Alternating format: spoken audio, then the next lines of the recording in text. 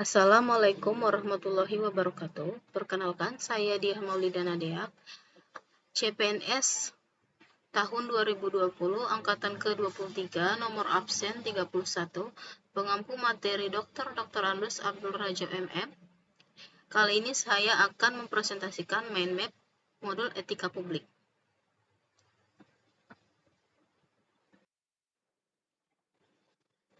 Etika publik dibagi menjadi tiga subbagian.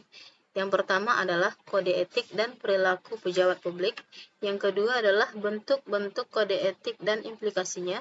Yang ketiga adalah aktualisasi etika ASN. Yang pertama adalah kode etik dan perilaku pejabat publik dibagi menjadi beberapa bagian. A. Pengertian etika, kode etik, dan etika publik. Pengertian etika adalah refleksi atas baik atau buruk, benar atau salah yang harus dilakukan atau bagaimana melakukan yang baik ataupun benar. Kode etik adalah aturan-aturan yang mengatur tingkah laku dalam suatu kelompok khusus. Sudut pandangnya hanya ditunjukkan pada hal-hal prinsip dalam bentuk ketentuan-ketentuan tertulis.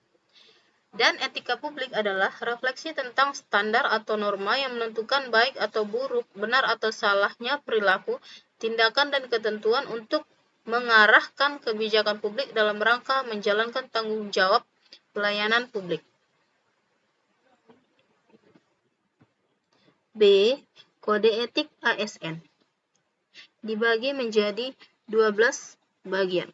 Yang pertama adalah melaksanakan tugas dengan jujur, bertanggung jawab, dan berintegritas tinggi. 2. Melaksanakan tugasnya dengan cermat dan disiplin. 3. Melayani dengan sikap hormat, sopan, dan tanpa tekanan. 4. Melakukan tugasnya sesuai dengan peraturan perundang-undangan yang berlaku. 5. Melaksanakan tugasnya sesuai dengan perintah atasan atau pejabat yang berwenang sejauh tidak bertentangan dengan ketentuan peraturan perundang-undangan dan etika pemerintah. 6. Menjaga kerahasiaan yang menyangkut kebijakan negara. 7. Menggunakan kekayaan dan barang milik negara secara bertanggung jawab, etika, efektif, dan efisien. 8. Menjaga agar tidak terjadi konflik kepentingan dalam melaksanakan tugasnya. 9. Memberikan informasi secara benar dan tidak menyelesaikannya kepada pihak lain yang memerlukan informasi terkait kepentingan kedinasan. 10. Tidak menyalahgunakan informasi intern negara, tugas, status, kekuasaan, dan jabatannya untuk mendapat atau mencari keuntungan atau manfaat bagi diri sendiri atau untuk orang lain. 11. Memegang teguh nilai dasar ASN dan selalu menjaga reputasi dan integritas ASN. 12. Melaksanakan ketentuan peraturan perundang-undangan mengenai disiplin ASN. C. Nilai-nilai dasar etika publik dibagi menjadi 14 bagian. Yang pertama adalah memegang teguh nilai-nilai dan ideologi negara Pancasila. 2. Setia dan mempertahankan Undang-Undang Dasar Negara Kesatuan Republik Indonesia tahun 1945. 3. Menjalankan tugas secara profesional dan tidak berpihak. 4. Membuat keputusan berdasarkan prinsip keahlian. 5. Menciptakan lingkungan kerja yang non-diskriminatif. 6. Memelihara dan menjunjung tinggi standar etika luhur. 7. Mempertanggungjawabkan tindakan dan kinerjanya kepada publik. 8. Memiliki kemampuan dalam melaksanakan kebijakan dan program pemerintah. 9. Memberikan layanan kepada publik secara jujur, tanggap, cepat, tepat, akurat, berdaya guna, berhasil guna, dan santun. 10. Mengutamakan kepemimpinan berkualitas tinggi. 11. Menghargai komunikasi, konsultasi, dan kerjasama. 12. Mengutamakan pencapaian hasil dan mendorong kinerja pegawai. 13. Mendorong kesetaraan dalam pekerjaan. 14. Meningkatkan efektivitas sistem pemerintahan yang demokratis sebagai perangkat sistem karir. Kemudian, D. Lingkup etika publik dibagi menjadi 3 bagian. Yang pertama adalah pelayanan publik yang berkualitas dan relevan. Yang kedua adalah sisi dimensi reflektif. Yang ketiga adalah modalitas etika. Dimensi etika publik dibagi menjadi 3 bagian, yaitu dimensi kualitas pelayanan publik, 2. Dimensi modalitas, 3. Dimensi tindakan integritas publik. F. Tuntunan etika publik adalah merupakan refleksi kritis dan mengarahkan bagaimana nilai-nilai kejujuran, solidaritas, keadilan, kesetaraan, dan lain-lain. G. Perilaku pejabat publik, yaitu adalah semua pemimpin harus mempertanggungjawabkan kepemimpinannya di hadapan Tuhan Yang Maha Esa, Allah Subhanahu wa Ta'ala. Maka dari itu diperlukan perubahan mindset seperti perubahan dari penguasa jadi pelayan, dari wewenang menjadi peranan, dan menyadari bahwa jabatan publik adalah amanah. Selanjutnya adalah bentuk-bentuk kode etik dan implikasinya dibagi menjadi 5 bagian. Yang pertama adalah pentingnya etika dalam urusan publik.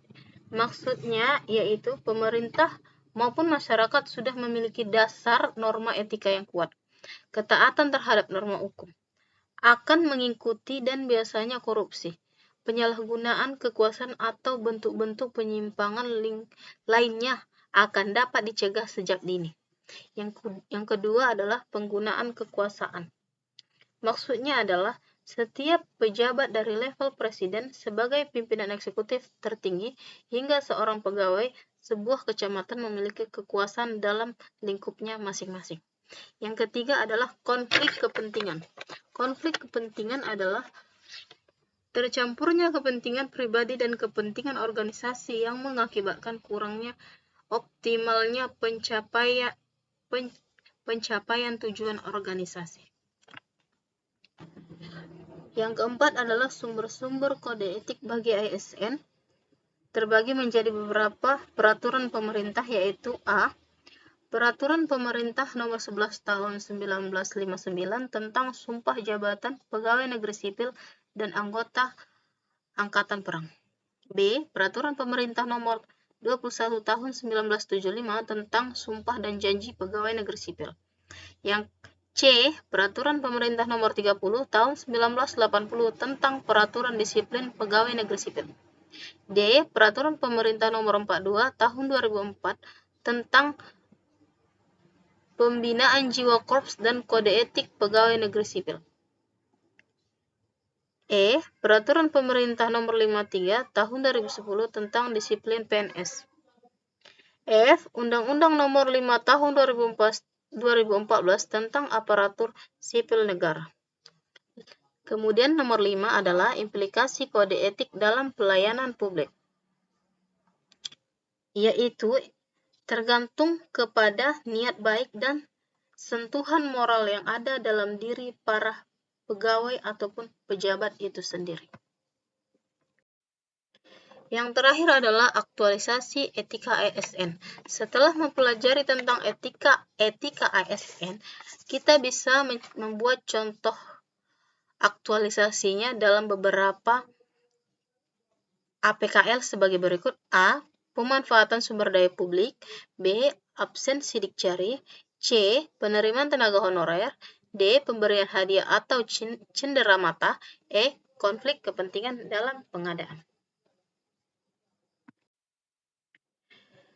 Sampai di sini dulu presentasi saya. Wassalamualaikum warahmatullahi wabarakatuh. Terima kasih.